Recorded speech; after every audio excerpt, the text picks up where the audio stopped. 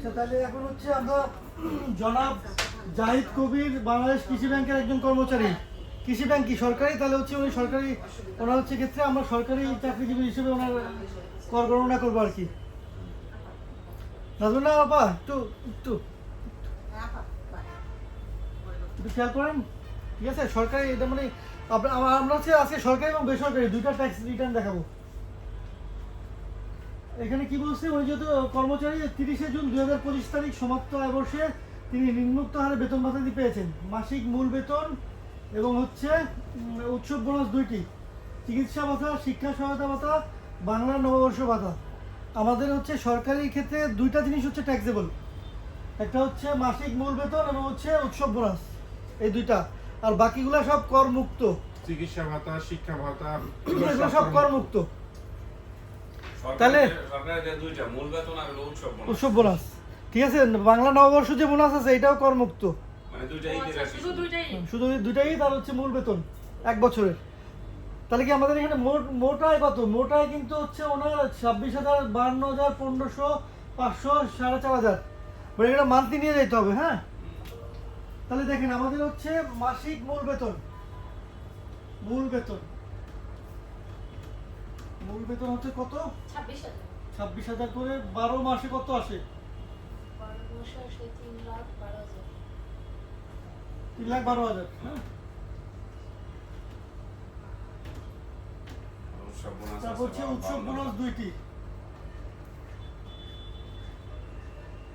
উৎসব বোনাস দুইটি হচ্ছে 26,000 করে, দুই হচ্ছে 52,000। তাহলে হচ্ছে মোট আমাদের করযোগ্য 3,64,000। সবাই একটু ভালো করে বুঝেন, নেক্সট ক্লাসে কিন্তু এটা পরীক্ষা।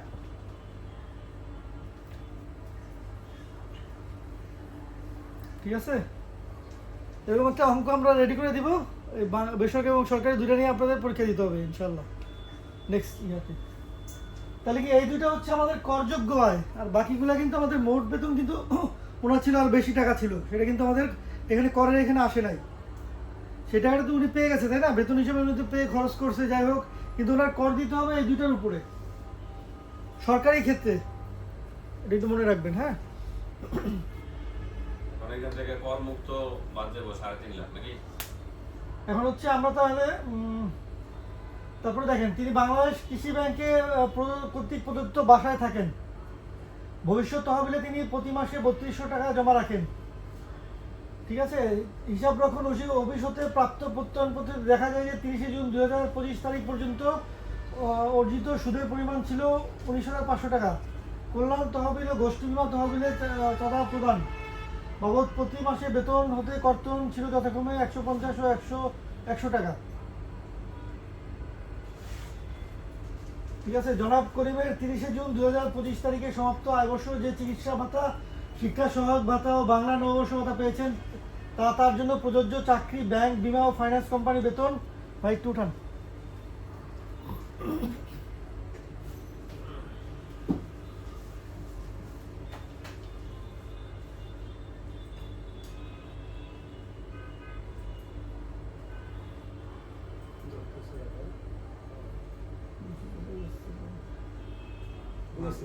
বেশি বেশি না, মাঝের ইয়াটা দিয়ে এখন কবে উঠে দিই আসে না হ্যাং হয়ে আছে। একটু উপরে উঠান। না না,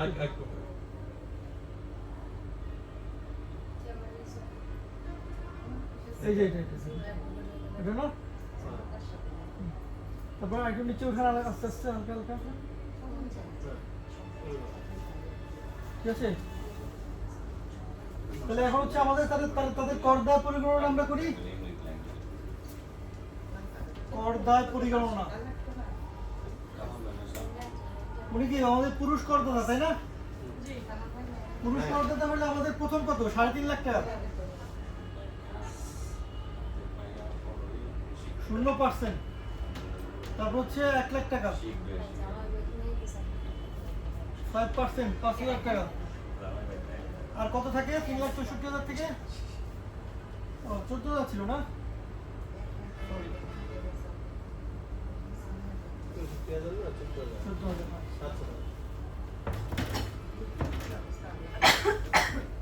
ভাই আওয়াজ দিয়ে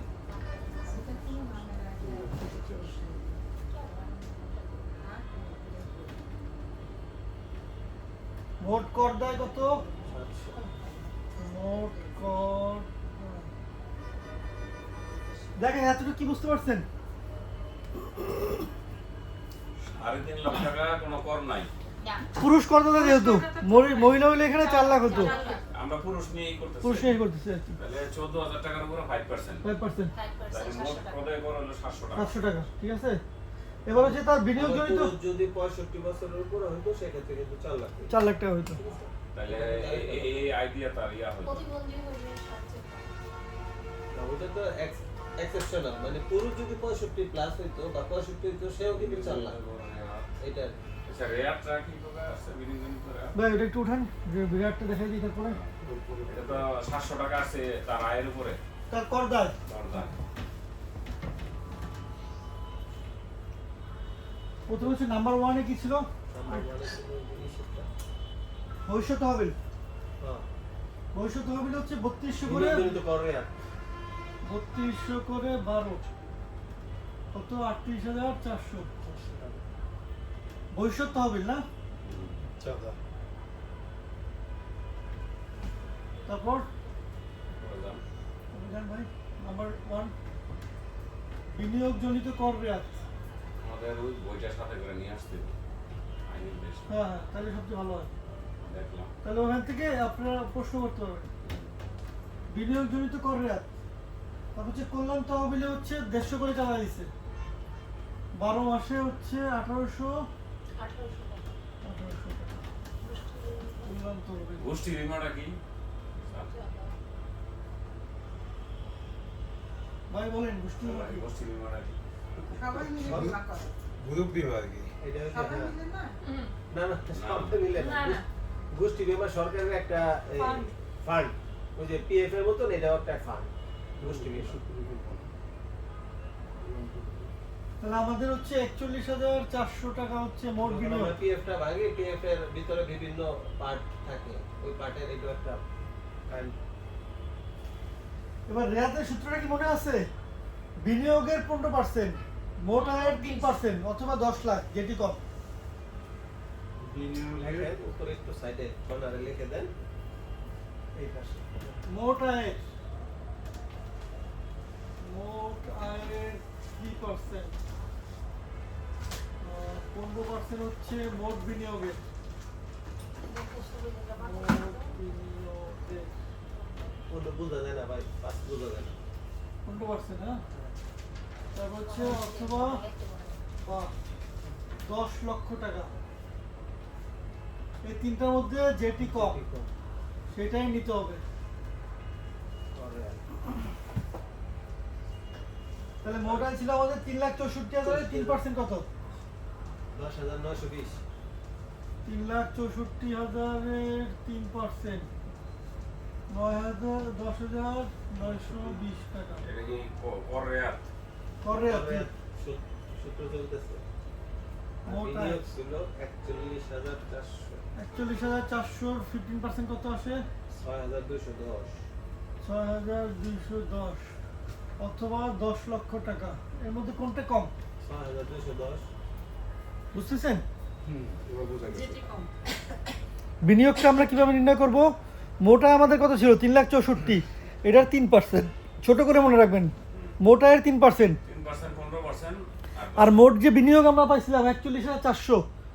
বিনিয়োগ করেন না আপনি ডিপিএস, তারপরে প্রভিডেন্ট ফান্ড, অনেক ক্ষেত্রে যে বিনিয়োগ করা যায়, সেই বিনিয়োগের হচ্ছে 15% অথবা 10 লাখ টাকা। এর মধ্যে যেটি কম সেটা আমরা নেব।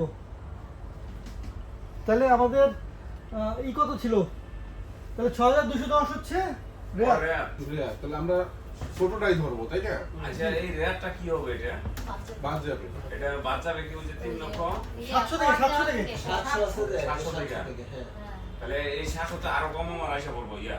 আর আসবেই না না না না, না না, এই যে কথা আছে। কি বলবো? ন্যূনতম দিতে আইন হবে। কি বলতেছে? আইনে আসে আইনে আসে। ডেফিনেশনটা আমাদের আইন বলতেছে যে সর্বনিম্ন ট্যাক্স হইছে 5,000 টাকা, সেটা 300 টাকা আপনার আসল। সর্বনিম্ন ট্যাক্স কত? 5,000 দিতে হবে। 5,000, ওটা দিতে হবে। সেটা 100 টাকা আসুক, সর্বনিম্ন ট্যাক্স 5,000। 5,000 আইন বলতেছে, হ্যাঁ, ওইটাই হবে। আপনি যদি এটা যদি 10,000 এর ক্ষেত্রে হইতো, 15,000 এর ক্ষেত্রে তখন ওইটা এই সুবিধাটা নিতে পারতেন।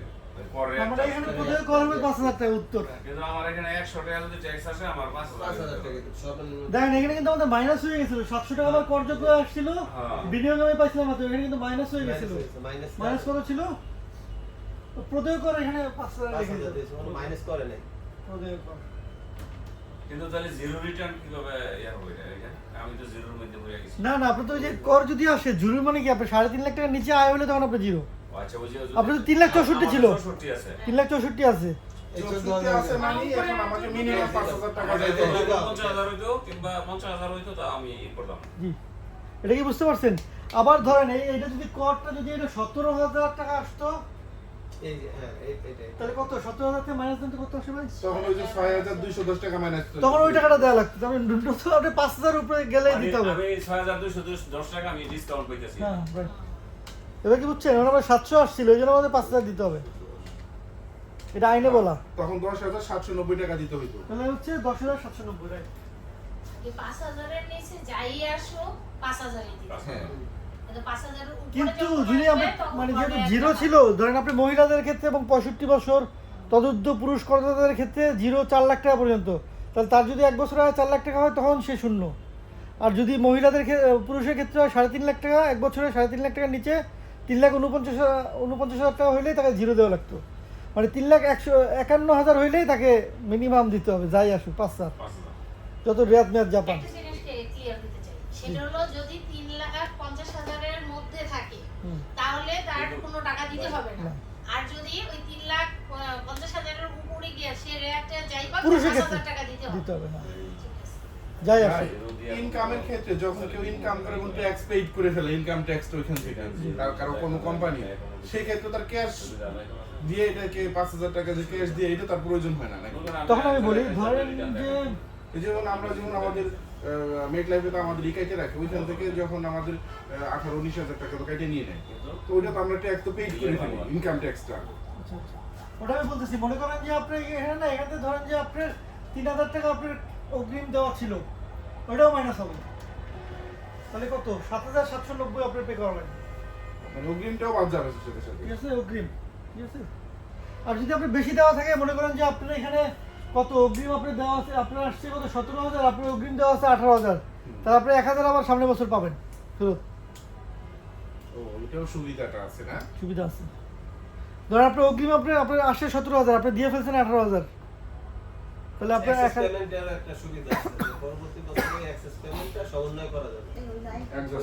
কিন্তু ওই জায়গায় আমরা ঘোষণা দিতে হবে আমি যে তো এনবিআর এর চেয়ারম্যান এবার যেটা বলছিল যে এবার চাচ্ছে যে তারা ওই অ্যাক্সেস যেটা আসে এটা তারা অ্যাকাউন্টে দিয়ে দেবে, এরকম চিন্তা ভাবনা করতেছিল তারা, অটোমেটিক এই বছরই আপনি দিয়ে দেবে অ্যাকাউন্টে। জি। এটা তো ভালো হইতো হ্যাঁ। আমাদের। দেওয়ার কোনো সুবিধা চাইছিল। বিকালে ক্লাস না, টাকা রিটার্ন করে না তো কত। ওই দেশে অনেকে তাবিজ চাইতেছে, তাবিজ ইনকাম ট্যাক্সের, বুঝছেন? কারণ ওই তাবিজ হচ্ছে কিনা ভালো একটা গাইড দেখে আপনি ওটা আমার করে বলে দিয়েন। ওটা তো আমাদের স্যার আইনে দিছে। বই আনে দিছেন না? এখান থেকে কিন্তু অনেকে মোটামুটি আগ্রহ ইনকাম ট্যাক্স পরীক্ষা দিবে। তো তারা এখানে আমার ঘরে একটু বলে দিবেন, দিলে হয়তো যারা এখানে ইন করবে। ইনক্লুড করবে আর কি। হ্যাঁ। আর গাইডটা যেটা ভালো মানের গাইড ওটা বলে ওটা তো আমরা দিবেন। নিছি কতগুলা। ওইটা হচ্ছে আর গাইড নাই, ওইটাই গাইড। এটাই তো শেষ। তারপর অনেকে চাইতেছে আরো এইটাই একটাই, ওইটাই। ইনকামের একটাই। শুধু অর্থ আইনটা চেঞ্জ হয়েছে এই আর কি। পরীক্ষা কি আপনি দিবেন? হ্যাঁ। দেখ, এখানে তো এই 7 তারিখ থেকে কিন্তু আপনি তো ইনকাম ট্যাক্স দিবেন পরীক্ষা নাকি না? আপনার হয়ে গেছে? সাতটায় ফর্ম ফিল আপ শুরু। আমি তো এই করি নাই, ফর্ম ফিল আপ করে সামনে না। এই 7 তারিখে 7 তারিখে তাহলে তো দিতে পারি এবার একটা। দিয়ে দেন। হ্যাঁ। একজনও বাদ থাকবে না, যারা না একজনও বাদ দিবেন না, মানে ওই না না পরীক্ষা দিব এটা। মনে করেন যে বার কাউন্সিলের ওটা তো অনেক কঠিন, ওই বাবা, ওটা হওয়া না হওয়া ভয়ঙ্কর কিছু আর নাই। কি যে অবস্থা গেছে। কঠিন, তারপরে হলো ভাগ্যে থাকতে হয়। বাকি থাকতে পারে না। পরীক্ষা ভালো হলো, বাইরের দিকে কোনো ভাবে আটকাই গেছে। জি। সে মনে হয় বই পুরো মুখস্থ। কেন এই যে আমাদের যে উত্তরা লোকালে যে আসিয়া আলো মেয়েটা, অনেকে normal ও তো আপনার কি ফার্স্ট হয়েছে না, ও তো ভাইবা আটকে গেছিল। অনেক ভালো প্রিপারেশন আমি দেখছি কিন্তু ফাইনালি আফিয়া আলো যে ফার্স্ট ছিল, আপনার পার হয়ে গেছিলাম না, ভাইবাতে আটকে দিয়েছে। আমার ভাই কিন্তু বলছিল ওনার ফার্স্ট হওয়ার কথা শুনে যে আরেক দেখা হিস্টোরি যাবে জানেন, সবাই হয়ে গেছে, ও হয়নি। আরেক হিস্টোরি জানেন, এই যে ওর যে একটা এক্সপেকটেশন তৈরি হয়ে গেল, বিশাল বড় একটা, এটাই ওকে নষ্ট আমাদের করে ইনকাম ট্যাক্সের জানাশোনা আছে, আপনার অ্যাডভোকেট আছে ব্যক্তিগত কোনো আছে আপনার ওইখানে ট্যাক্সের নবী, পারে নবী। না না রেশারেশি রেশারেশি আছে আপনার ওয়াইফে দেয়নি ও ওটা তো হতেই পারে, ওটা তো যদি যোগাযোগ থাকে হতেই পারে। দেয়নি দিলই না ভাইবাদে না? ভাইবাতে এই ট্যাক্স বাড়ে জানতে পারলে আর ট্যাক্স বারে তো একবারই, আর তো সুযোগ নেই, আবার পরীক্ষা দেওয়া লাগবে রিটেন, তাই না? ফুল, ফুল। পরের বছর তো আবার ফুল, আবার আবার ফুল। ওটা এই বার কাউন্সিলের বার কাউন্সিলের মধ্যে 3 বার না? স্টেপ বাই স্টেপ নাই। এই যে আমাদের তো তিনবার ইয়ে করা লাগছে একবারে এবার রিটেন ভাইবা আবার ভাইবা নিল লাস্টে এবার সুবিধা দিছে লাস্ট 8 বছরে তো দেয় নাই, 4 বছর 5 বছর পরে একটা দেয়, তো এই কারণে জমে গেছে জনগণ আবার অনেক এই প্রয়োজন, যে লাস্টে এই কারণে ভাইবা তো সার্ভিস শেষ হয় না শুরু হয়ে গেছে। তার মানে কি একবার রিসেন্ট দুইটা একবার চলে আসলো কিন্তু দুই সরকার পারবে যে ভাইবাটা দুই সরকার আসলে এই জন্য শেষ পাইনি। হয় না দুই পরে সরকার কোনো জমা দিতে হবে টাকা পয়সা নাকি এটা শেষ হইলে শেষ হলে পরে। কি আমাদের কি এখানে ভাইবা কি আছে, ট্যাক্স বারে? ওটা হ্যাঁ এই যে নির্বাচন আগে এই মাসে ঢাকা বলে, ঢাকা বলে, ঢাকা বলে। আমাদের যে এখন ফর্ম ছাড়ে নাই না টাকা জমা দিলে এনে মেম্বার আদার্স তো না অন্য প্রতিষ্ঠানের সাথে না জড়িত আছে। কোনো নাই এই আগে মেম্বার গুলি পাবে সিকিউরিটি আছে বলে পার হয়ে গেছে। আগে জিজ্ঞেস করে আপনি কোথায় তাহলে তো ভাই পাবো এবার তো ভোট আসলে ভোটার আমি অনেক জানি না। আপনাদের 14 ভোটার তো অনেক ওটা তো বলাই যাবে না তো চাকরি করি। 2 দিন ভোট তাহলে বেসরকারি ক্ষেত্রে আর কোনো প্রশ্ন আছে? আমি কি এটা শেষ বেসরকারি বেসরকারি শেষ? বেসরকারি শেষ না, তাহলে ও সরকারি, সরকারি শেষ। সরকারি সরকারি শেষ। ও, বেসরকারি যাচ্ছে। আইয়া আপনারা ভোট সরকারি কি? মোটামুটি কি হচ্ছে না? আপনার এই বুঝছেন? ব্যাপারে দুইটা খাত, একটা হলো যে নাজমুন না আপা বুঝতেছেন?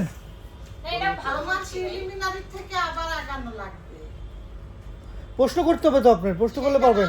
ওই যে আমাদের হায়দ্রাবাদ আছে, অনেক প্রশ্ন করে ভিতর থেকে বাইর করে নিয়ে আসে। দুটো জিনিস, এক হলো যেটা পেয়েবল, আরেকটা হইতাছে আপনার রেয়াতটা কি? রিয়াদ, এই রেয়াতের সূত্রটা আর যদি আমাদের মিনিমাম জিরো থাকে ইও থাকে তাও আমাদের 5 লাখ টাকা পাঁচটা দিতেই হবে। 5,000 দিতে হবে ঢাকার জন্য, অন্য ক্ষেত্রে 4,000, অন্য এরিয়ার জন্য 3,000। 3000 সিটি গাজীপুরে 4000 গাজীপুর চট্টগ্রাম 4000 রাজশাহী খুলনা মানে সিটি কর্পোরেশন এটা আপনার নির্দেশিকার ভিতরে, নির্দেশিকা। সিটি কর্পোরেশন গাজীপুর হ্যাঁ, চট্টগ্রাম দিছি তো আপনাকে। এই দুটো সিটি কর্পোরেশনে 4000 ঈদের সময় তো আপনাদের পড়তে বলছিলাম।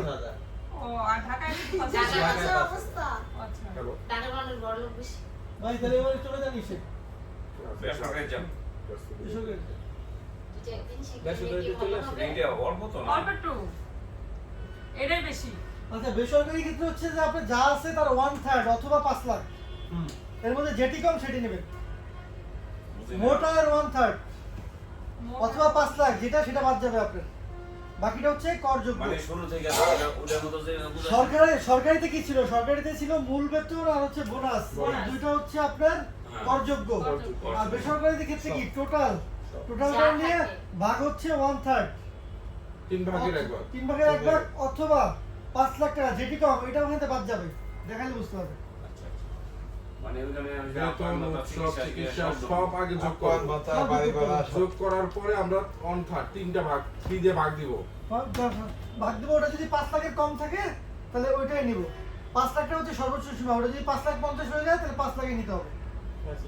মানে মূলত বেসরকারি ইয়ার সর্বোচ্চ সীমা হলো 5 লাখ ফার্স্ট করেন হ্যাঁ ইয়া এই যে দেখেন মাসিক মূল বেতন হচ্ছে 29,000, দুটি উৎসব বোনাস হচ্ছে 58,600, চিকিৎসা ভাতা 3,000, আপ্যায়ন ভাতা 500। তারপরে ভাই উঠান দেন বাড়ি ভাড়া বাড়ি ভাড়া, মোটর গাড়ি সুবিধা না, এটা আসবে না। তারপর হচ্ছে চাকরি হইতে মোটায়, তাহলে চাকরি হইতে দেখেন এখানে মোটায় হচ্ছে আমাদের যে 12 মাসে করে নিয়েছি আমরা।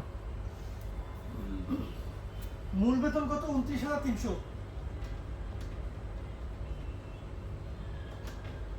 29,300 ইন্টু 12 কত আসে ভাই? 3,51,600 3,51,600। বোনাস হইতাছে দুইটা বোনাস হচ্ছে দুইটি, কত? 58,600 58,600। চিকিৎসা ভাতা 12টা চিকিৎসা ভাতা 12টা, কত? 3000 করে 3 বারং 3600। 36,000 36,000। তারপর হচ্ছে আপ্যায়ন ভাতা 3600।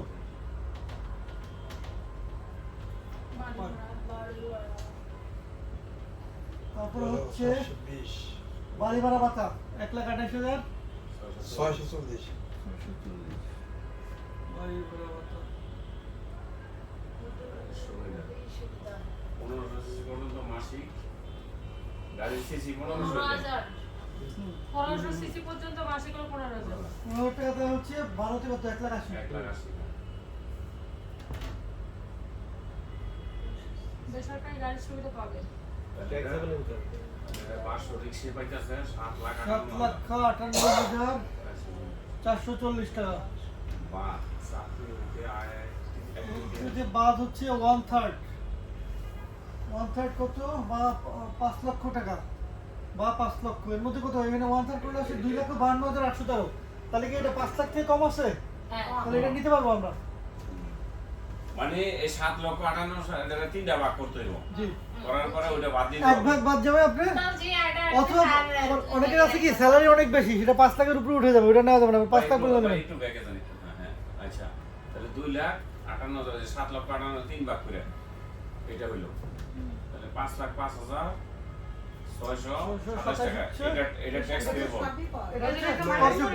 আরো আছে খেলা আরো আছে বাকি আছে তো খেলা আছে না আচ্ছা এটা হলো চাকরি হইতে হয়। হ্যাঁ তারপর জান ভাই চাকরি হতে পারলাম আমরা এটা।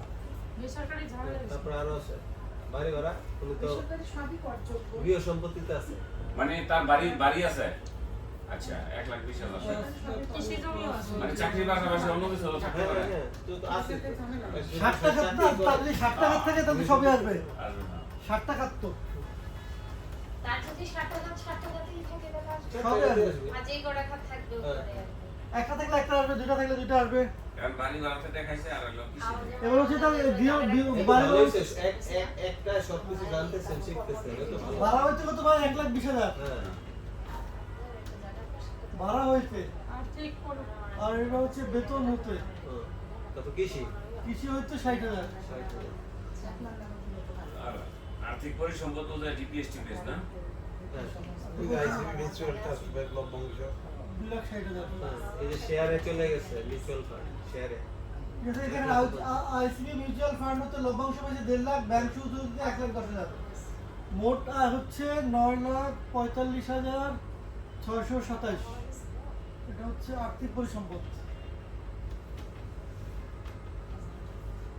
তাহলে মোট আয় হচ্ছে এত। এটার উপরে ট্যাক্স আসবে জি। এটা কত পার্সেন্ট আসবে এর মধ্যে আবার হিসাব আছে, আরো আছে এর মধ্যে আবার ওই যে কি চূড়ান্ত করদায় আছে না এর ভিতরে? উৎসের আয়ের জন্য কথা দেখেন 6 লাখ ফসল পাচ্ছে। বেসরকারি এটা ভেজা বেশি অনেক ভেজাল বেশি। আচ্ছা নিয়মিত উৎস, এখানে হচ্ছে নিয়মিত উৎস কোনটা কোনটা? আচ্ছা এই পর্যন্ত বুঝছি যে এনে যে এই তো নিয়মিত হচ্ছে কি চাকরি ভাড়া কৃষি হতে আয় এই তিনটা হচ্ছে নিয়মিত, বাকিগুলো হচ্ছে অনিয়মিত না। আচ্ছা এখান থেকে কি বাদ যাইবে কোনোটা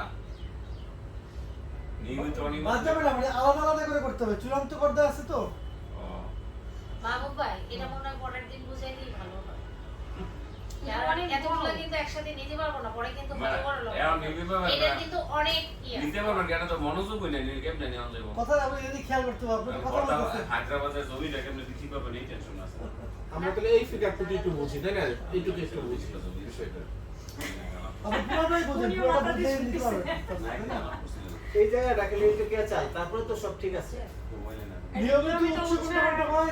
চাকরি ভাড়া ও কৃষি। কৃষি, তিনটা। চাকরি ভাড়া কৃষি এই তিনটা যোগ করলে কত পাই আমরা? 6,85,627 টাকা। হ্যাঁ এটা যদি আমরা ভাগ করি, এটা কি পুরুষ নাকি? হ্যাঁ পুরো হ্যাঁ পুরুষ পুরুষ হলে 3.5 লাখ টাকার উপরে কত? শূন্য।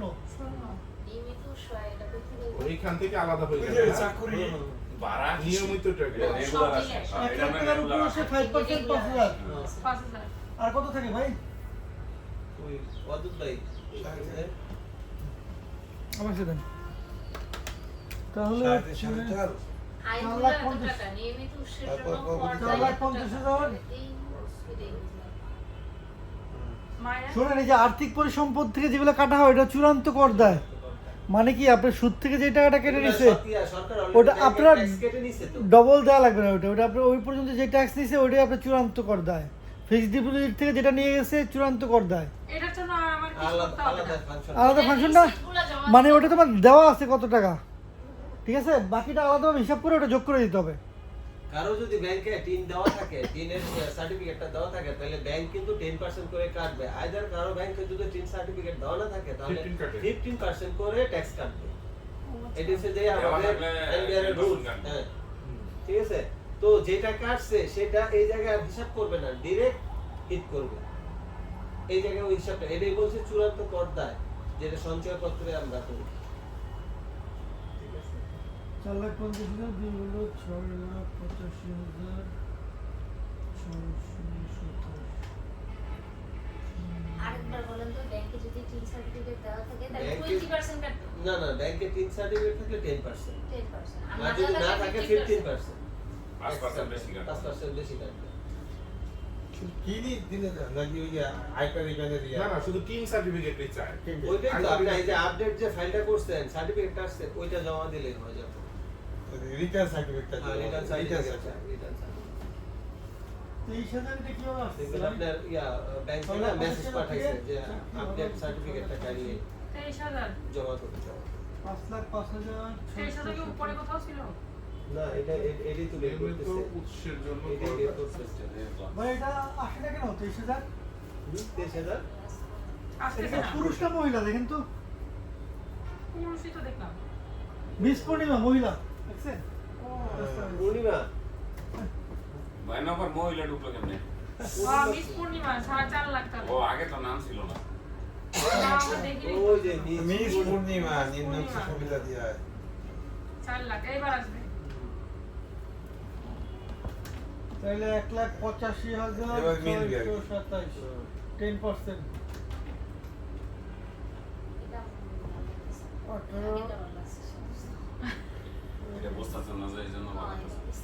এইটাই কিন্তু সোজা, একবারে ধরা ম্যাথ তো, ম্যাথ তো না, আমি ধরা- ম্যাথ এটা ভালো এখন বুঝি। বুঝে গেছি। আমার ম্যাথ একবার বিষয়টা। বুঝলেই হয়, আমার ম্যাথে মানে একটু মনোযোগ দেন, ঠিক হয়ে যাবে। একটু বিষয়টা বোঝা গেছে, কারণ ওই যে বেতন ভাড়া কৃষি এই এটা তিনটে সোজা তো, ওই যে হলো- বলছে যে এটা আমি 9 ভাড়া লাখ করে 45 দিছে, পর্যন্ত ওইটা করা হয়ে গেছে, আর এটা আমার করতে হবে। দেখেন আমাদের মোটায় কি কি করছিলাম আমরা, বেতন ভাড়া কৃষি এবং আর্থিক পরিসম্পদ হইতে 9,45,000, এর মধ্যে 2,60,000 টাকা যে আর্থিক পরিসম্পদ হইতে ওটা কিন্তু আপনার ট্যাক্স আমরা দিয়ে দিছি আগে, ওটা চূড়ান্ত হয়ে গেছে। এটা চূড়ান্ত করে আসবে না। ওটা যোগ করবো পরে আমরা যে, কিন্তু দেখেন বেতন ভাড়া কৃষি এই তিনটা যোগ করলে আসে 6,85,000। এটার করদায় কত আসে, যেহেতু উনি মহিলা 4 লাখ টাকার উপরে হচ্ছে 0, 1 লাখ টাকার উপরে হচ্ছে 5%, আর হচ্ছে 1,85,187 উপরে 10%, তাহলে 23,563। 63 ঠিক আছে, ওই যে 23,563 তো আমাদের চলে দেখছেন গেছে। দেখছেন। তারপর হচ্ছে 2 নম্বর কি বলছে, নিয়মিত উৎসের আয়ের জন্য ন্যূনতম কর প্রযোজ্য হয় এরূপ লভ্যাংশ ব্যাংক সুদ কর দায়। নিয়মিত উৎসের আয় হচ্ছে 6,85,000, ন্যূনতম কর প্রযোজ্য হয় এরূপ হচ্ছে 2,60,000। দুইটা অংশের উৎসের সমস্যা হচ্ছে 9,45,627।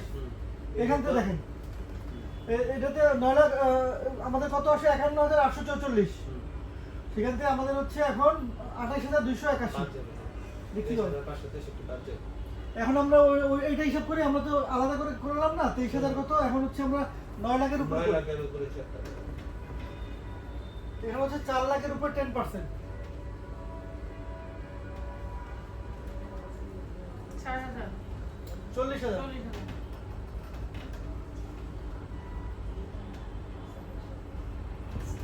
আর কত আসে ভাই? 4 লাখ।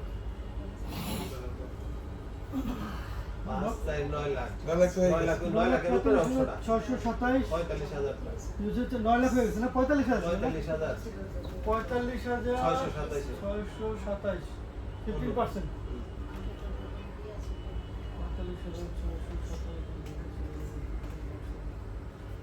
6,000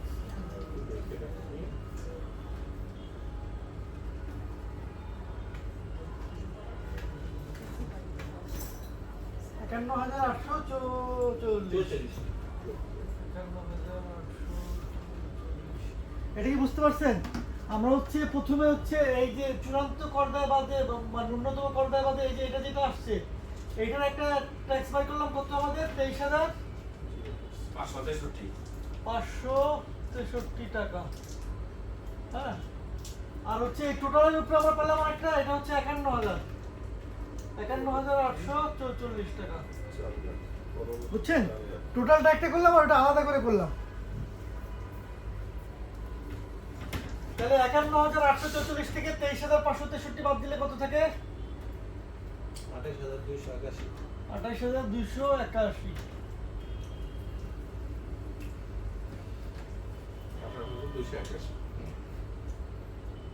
এখন ব্যাংক সুদের উপর দেখেন এখন হচ্ছে লভ্যাংশ ব্যাংক সুদের উপর 10% আর উৎসে কর হচ্ছে 26,000। চূড়ান্ত কর করে ফেলা ঠিক আছে, এক্ষেত্রে ন্যূনতম কর হবে কত? 28,281। 81 দ্বারা 163 ধারা অনুযায়ী লভ্যাংশ ব্যাংক সুদের জন্য ন্যূনতম কর হবে 28,281 এটা হলো আয়কর আইন 163 ধারা ধারা অনুযায়ী। অনুযায়ী। 63 ধারা দেখেন কি আছে, করে দিতে হয় 163 ধারা কি আছে দেখেন, উল্লেখ করা লাগবে না, এটা বোঝার জন্য আপনি। যখন এই ফর্ম পূরণ না না, ওটা তো অটোমেটিক আপনি ক্যালকুলেশন করবো ওখানে, এটা আপনি বোঝার জন্য করানো। এটা কিভাবে হইল আর কি? এটা আমরা বুঝা গেল না আমি তো আবার 163 ধারা এটা আছে। স্যারের এখানে যে ধারা উল্লেখ করে দেয় কোথায় মনির স্যারের এখানে দেখো ধারা উল্লেখ করে? তো এটা কত ধারা রিটার্ন?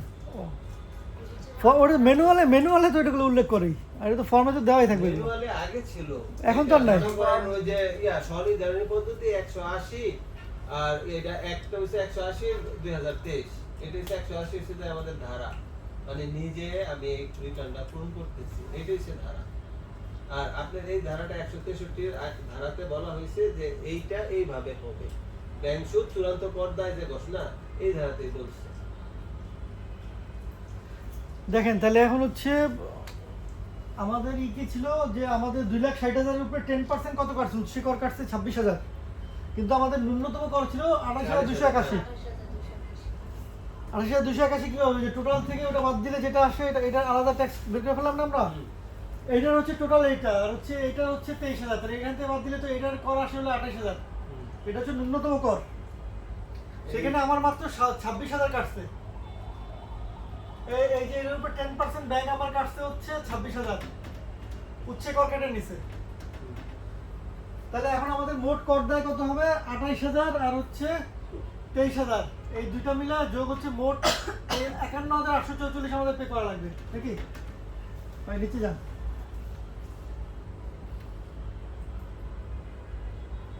এই যে এখন হচ্ছে 144।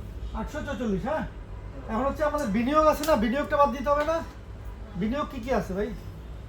বিনিয়োগে ছিল আমাদের এই যে বিনিয়োগের সূত্রটা কি আবার বলেন রাবে আপা? মোট আয়ের কত পার্সেন্ট? মোট আয়ের 3%। মোট আয়ের ছোট, ওটার 3%। আর বিনিয়োগের 15% আর 10 লাখ টাকা যেটি কম। 10 লাখ টাকা যেটা কম আসবে তাহলে হচ্ছে মোট আয় কত আমাদের? 9,45,627। এর হচ্ছে 3% কত আসে? 28,369। আর আমরা বিনিয়োগ করছিলাম ওই যে ফিনান্সিয়াল অ্যাসেটে বিনিয়োগ করছিলাম 1,60,000 টাকা। 1,60,000। 60 লাখ টাকা হচ্ছে 1,60,000 হচ্ছে 15%। 15% কত? 24,000 অথবা 10 লাখ টাকা যেটি কম। যেটি কম 24,000। তাহলে 24,000 টাকা। তাহলে এই যে দেখেন আমাদের মোট কর দায় ছিল 81,844। 51,844 মাইনাস 24,000। 24,000 কর রেয়াত। তাহলে আমাদের পে করা লাগবে কত? 27,844। এটা হচ্ছে ফাইনাল ট্যাক্স। এর মধ্যে আবার 26,000 ওটা কি বাদ যাবে? কোনটা না দেখি ওটা তো ওখানে চলে গেছে ন্যূনতম কর। চলে গেছে। না না ওটা বাদ যাবে কোন জায়গায় পে করার ক্ষেত্রে আর কি। আসে আরো আছে তো সারচার্জ আছে ওনার ওই যে সে ব্যবহার করছে যে আরো আছে এই যে 30% সার্চার্জ হবে। তার নেট পরিসম্পদ হচ্ছে 20,30,000 হুম, অঙ্কে দেওয়া ছিল আর কি। তার নেট পরিসম্পদ হচ্ছে মানে 10 কোটি কত 20 কোটি না? 30 লাখ। আপনি কত 10 কোটির উপরে গেলে তো 10 কোটির উপরে আপনি যদি থাকে পরিসম্পদ টোটাল, সেক্ষেত্রে আপনার সার্চার্জ দিতে হবে আবার। যদি সেটা বাড়ি ঘর জায়গা জমি 10 কোটি টাকার সব- উপরে হয় সব তাহলে সম্পদ। আবার সেটার আলাদা চার্জ আলাদা দিতে হবে আর কি, ওটা স্ল্যাব আছে আবার প্রতিটা। এখন হচ্ছে আপনার এখানে হচ্ছে 30%, 10% সার্চার্জটা আছে আর কি। 10 কোটির 1 লাখ থেকে 10%, 20 কোটি থেকে 20% এরকম লেখা আছে আর কি। তাহলে এটা যদি 20 কোটির উপরে তাহলে এটা হচ্ছে 30% সার্চার্জ। তাহলে হচ্ছে সার্চার্জটা কিভাবে হবে? আপনার এই যে প্রদেয়র যে করটা আছে না, এটার উপরে হচ্ছে 30%। এটার উপরে 30% কত? 8,353 টাকা। তাহলে এখন মোট প্রদেয় কর কত হইল? 37,000 থেকে এটা বাদ যাবে। টোটাল অ্যাড করে নেন এটা যেটা বাদ দেওয়া হয়েছে তো অ্যাড করা হয়েছে তো 8,000 মিলে ওই টাকার সাথে তাহলে আমাদের 27 ফাইনাল ট্যাক্স হয়েছে 27844 প্লাস 8000 এটা অ্যাড করেন। এই যে 8353 হ্যাঁ তাহলে কত হয়? 36,000 হ্যাঁ 36,197 টাকা। আর আমি দিয়েছিলাম হ্যাঁ 26,000 টাকা আমার উচ্ছে কর কাটে নিয়ে গেছে, সেটা আমার বাদ দিতে হবে না প্রদেয় করের ক্ষেত্রে? ক্লেম করছি এই 26,000 টাকা আমি ক্লেম করছি, তাহলে আমার এখন দিতে হবে কত? 10,000 10,197। 10,000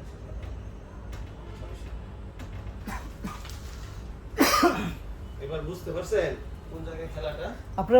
আপনাদের নির্দেশিকার ভিতরে কিন্তু দেওয়া ছিল, ওই অঙ্কগুলো করলে আপনাদের ইজি হয়ে যেত। ছুটির মধ্যে পড়া দেওয়া ছিল এটা। স্যার চার্জ ভাইয়া পড়তে বলছে। 30%। ওটা ওখানে সব ডিটেইলস পড়লে আপনার অঙ্কগুলো দেওয়া ছিল, এটা প্র্যাকটিস করলে হয়ে যেত। হতাশা কাজ করেছে, কি করবো না, উকিল হয়েও একটা হতাশা আসছে। তাই এই পাশ করে এই শত ঝামেলা হয়ে গেছে যে কি করবো না করবো, দায়িত্ব বেড়ে গেছে, কি করবো ঝামেলা না। পাস করাতে মানে হাল ছেড়ে দিচ্ছে আর কি, হয়ে গেছে আমরা শিখে কি হবে, কিন্তু এখনই তো শেখা দরকার। এখন আপনি না, হচ্ছেন না, বিজ্ঞ। না আসলে এই কথা আরে আমাদের এখন জানতে হচ্ছেন হচ্ছে। আপনি হচ্ছেন বিজ্ঞ, আপনার যে কত কিছু জানতে হবে, কত কোশ্চেনের অ্যানসার দিতে হবে।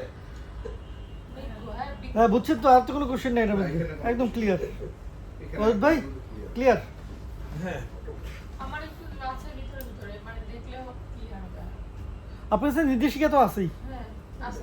এটা যে উদাহরণটা দেখেন আজকে 2 নম্বর উদাহরণ 1-2, এই 1-2টা পড়া থাকলো, সামনের ইসে হচ্ছে এই দুটার উপরে পরীক্ষা সামনের শুক্রবার 10টা আছে ভাইয়া। পার্সেন্টেজটা মনে হ্যাঁ, করলে পারবো। 10টা। অঙ্ক ব্যাপার না।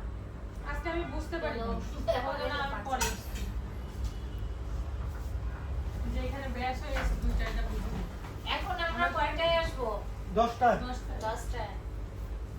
তারপরও মেসেজ দিয়ে দিয়ে গ্রুপে দিয়ে দিয়ে যা দুইটা একত্রে করা হয়েছে আবার। আপনার কোনো কোশ্চেন আছে এটাতে? আপনি তো মাঝখানে হারা গেছিলেন। না না বুঝছি করে। এই যে ভাই, আমার আচ্ছা, আগামী ক্লাস থেকে ক্লাসে আমি বুঝে নিছি। তাহলে আগামী ক্লাসে কিন্তু পরীক্ষা হবে ইনশাআল্লাহ। পরীক্ষা না দিলে আপনারা তো শিখবেন না। না না আমাদের পরীক্ষা সারা- যত দিবেন পরীক্ষা বুঝবো, দিবো। তাও তো আমার শিখা হবে। শিখা হবে। আমি বুঝবো যে আমার এই জায়গায় ভুল পরীক্ষা হয়েছে। দিলে এই পেপার যে করে কারেকশন করে পরীক্ষা দিলে তখন আরো আইসা করছে, এটা নিয়ে আর তামাশা করে লাভ নেই। আর কোশ্চেন করতে হইব যে এটা এর 2-3 মাসের মধ্যে আমার পরীক্ষা হয়ে যাবে, ফর্ম ফিল আপ ভাই, শেষে। হ্যাঁ পরীক্ষা আপনার কি গো গত বছর কি হয়েছে বার কাউন্সিল আর ট্যাক্স বার একটাই